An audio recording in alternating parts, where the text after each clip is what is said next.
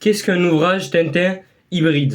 Je vous explique ça de suite. Alors, par exemple, on va prendre, on a marché sur la Lune, qui a une couverture comme ça. Donc, par exemple, là, ça va être, je sais pas, un B30, on va dire, B25.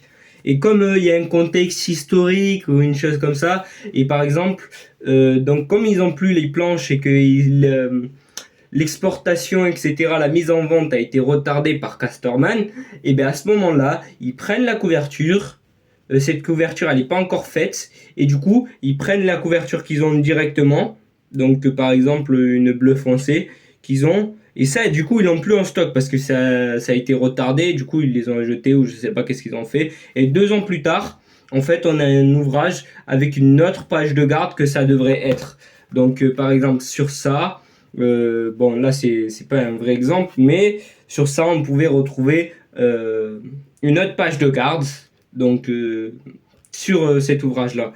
Donc, ce qu'il faut savoir, c'est que c'était souvent dans les périodes de guerre, donc à partir de B7, B8, souvent on retrouve des ouvrages de B7 à B, qui ont des pages de garde B9, donc de 1952 à 1954, et il y a même des ouvrages, dites-vous, franco-belges.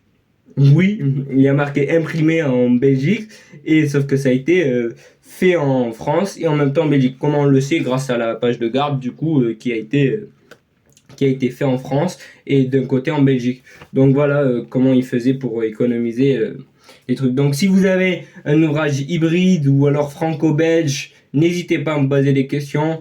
Je vous confirmerai l'authenticité, etc.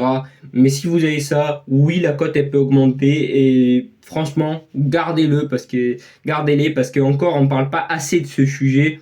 Mais franchement, si vous l'avez, ça peut être une excellente idée de le conserver.